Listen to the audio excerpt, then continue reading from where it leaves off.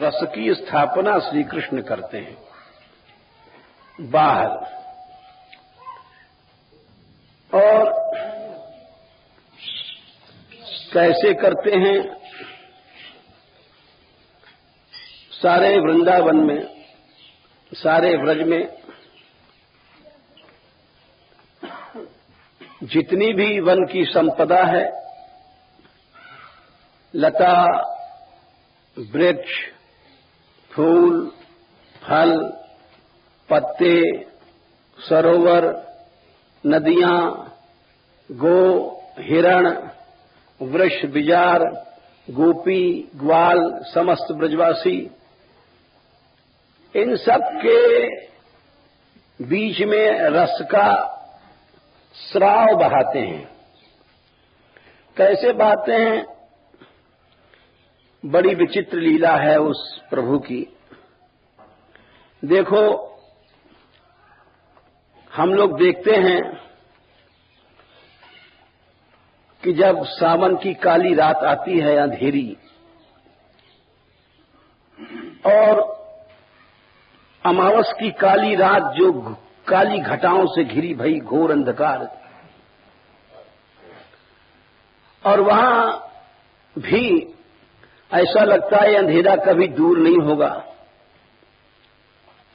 परंतु एक क्षण में दूर हो जाता है। सूर्य के प्रभाव से या विद्युत आदि के प्रभाव से, श्री राधे, एक क्षण में दूर हो जाता है।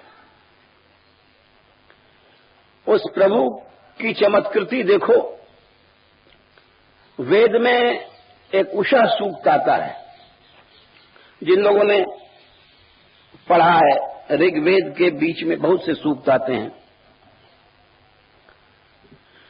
वहां लिखा है कि घोर अंधकार को तुम दूर करती हो एक क्षण में आकर के। वृत्र, इंद्र सूक्त में आता है कि हे इंद्र, तुम वृत्र को दूर करते हो जिसका शरीर सारी त्रिलोकी के ऊपर फैला हुआ था। आचार्यों ने ये लिखा कि ये अंधेरा था, सारा संसार अंधकार में डूबा हुआ, और एक क्षण में दूर कर देते हैं। तो ये सब चमत्कार हम लोग देखते हुए भी समझ नहीं पाते हैं। ऋषियों ने समझा जब सृष्टि के शुरू में। अभी आप चले जाओ उत्तरी ध्रुव में, 6 महीने की रात और 6 महीने का दिन होता है। जहां 6 महीने की रात होती है वहां ऐसा पता पड़ता है कि कभी अंधकार दूर नहीं होगा, कभी रोशनी नहीं आएगी।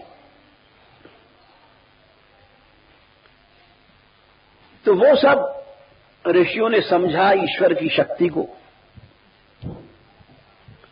और समझने के बाद उषा देवी को प्रणाम किया। तुम भगवान की शक्ति हो, अंधकार दूर करती हो, सारे जीव काम में लग जाते हैं। ईश्वर का चमत्कार उन्होंने पग पग पर देखा, डग डग पर देखा, और हमारे जैसे लोग देखते हुए भी अंधे बने रहते हैं। रोज सवेरा होता है, कौन सोचता है? गोसाई जी ने एक जगह लिखा कि देखो, ईश्वर की शक्ति का चमत्कार मनुष्य कितना भी प्रयत्न करे, कितना भी प्रयत्न कर ले, लेकिन सारे संसार के लोग प्रयत्न कर लें परंतु रात को दिन नहीं बना सकते। ईश्वर के नियमों को कोई नहीं बदल सकता। राका पतिशो डशौ गही, तारागण समुदाय, सकल गिरिन दबला गही, रवि बिन रात न जाए। ईश्वर ने रवि सूर्य बनाया क्यों? अंधकार दूर हो जाए, संसार के प्राणी कामों में लग जाएं, प्रकाश को प्राप्त करें, जीवन प्राप्त करें, और इस तरह से उनकी कृपा से सूर्योदय होता है। उस अंधकार को दूर करने के लिए राका पति षोडश हो गई। चंद्रमा जितने एक साथ उदय हो जाए, हर तिथि के चंद्रमा, तारागण समुदाय जितने तारे हैं एक साथ निकल आए, जितने पहाड़ हैं इन पर सब पर आग लगा दो, परंतु फिर भी रवि सूर्य के बिना अंधेरा नहीं जाएगा। तुम रात को दिन नहीं कर सकते हो। ये भगवान की ही एक चमत्कृति है, भगवान का ही चमत्कार है। सारी बातें अपने आप होती हैं। जिनके भय से हवा चल रही है, जिनके भय से लोगों को जीवन मिल रहा है। अभी हमारे पास एक साधु आए, हमारे यहां कश्मीर से अमरनाथ गए थे। बोले हजारों आदमी मर गए क्योंकि ऑक्सीजन नहीं मिला, दम घुट करके तड़फ तड़फ के मर गए। उतनी ऊंचाई पर ऑक्सीजन नहीं था। ये सब ईश्वरीय नियम है। वायु उनके भय से जहां जितनी आज्ञा है ईश्वर की उतना ही चलता है। सूर्य उनके भय से नित्य उदय होता है। उनके भय से अग्नि नित्य सबको जलाता है। उनके भय से काल सबको ग्रसित करता है। और इस सत्य को जीव अंधा समझ नहीं पाता है। इस सत्य को ऋषियों ने देखा था, ईश्वर की शक्ति को देखा था और उसको गाया, और उसको गाने के बाद वो ईश्वर की प्राप्ति कर गए। परंतु जीव इन सब बातों को देखता हुआ अंधा बना हुआ है और निरंतर जो शरीर मिला है प्रभु के गुण गान के लिए, उसकी जगह प्रभु को भूल करके क्या गाता है? गंदी गंदी बातें, निंदा की स्तुति, व्यर्थ चर्चा करता है और प्रभु से विमुख होकर के अनंत काल के लिए दुख और यातना सहता है। उपनिषदों में ईश्वर की शक्ति का उल्लेख किया। भीषास्मात् पवते वायु भीषोदेति सूर्यः भीषादग्निश्च इंद्रश्च मृत्युर्धावति पंचमः।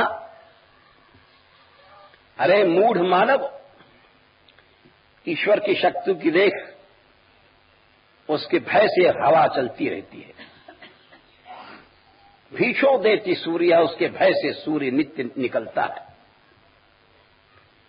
उसके भय से अग्नि सब कुछ रोशनी देती है, जलाती रहती है। उसके भय से इंद्र पानी बरसाया करता है। उसके भय से मृत्यु धावति पंचमा, काल सबको खाने के लिए दौड़ता है। एक ईश्वर का भय, ईश्वर की शक्ति का प्रताप। ये इसलिए गाया कि हम लोग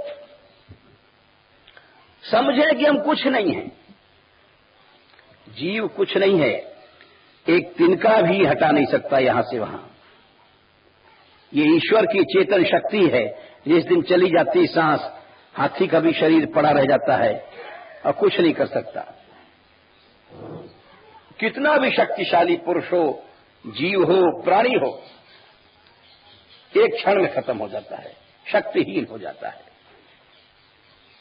इसीलिए संसार में जो कुछ शक्ति, जो कुछ प्रभुता, जो कुछ प्रताप, जो कुछ विभूति, जो कुछ बल, जो कुछ वीर्य, जो कुछ पराक्रम, सब ईश्वर का है। परंतु मूढ़ प्राणी अपना समझ करके अपराध करता है। हम भी अपराध करते हैं। एक लंगोटी को भी अपना लंगोटी कहना अपराध है।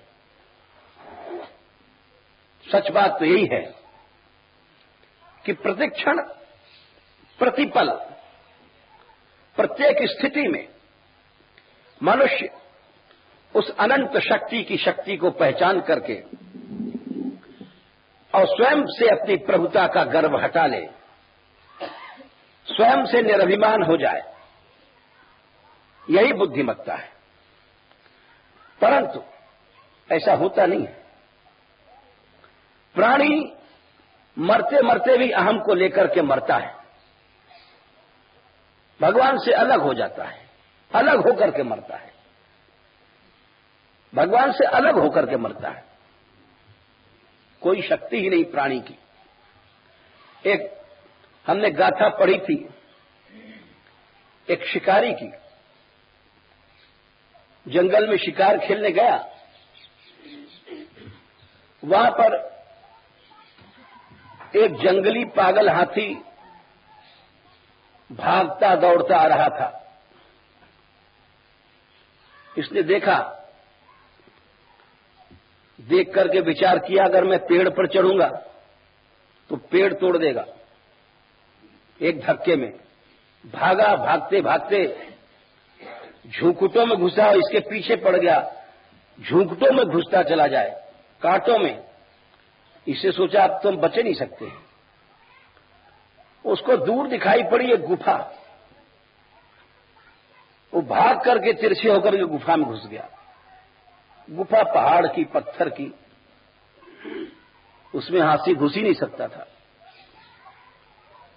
उसमें घुसा वो जरूर, लेकिन क्या देखता है कि वो जो एक बिच्छू जो संख्या बनाता है चाकी के बराबर होता है, वो जहां डंक रखता है वो पत्थर जल जाता है, वही संख्या बन जाता है।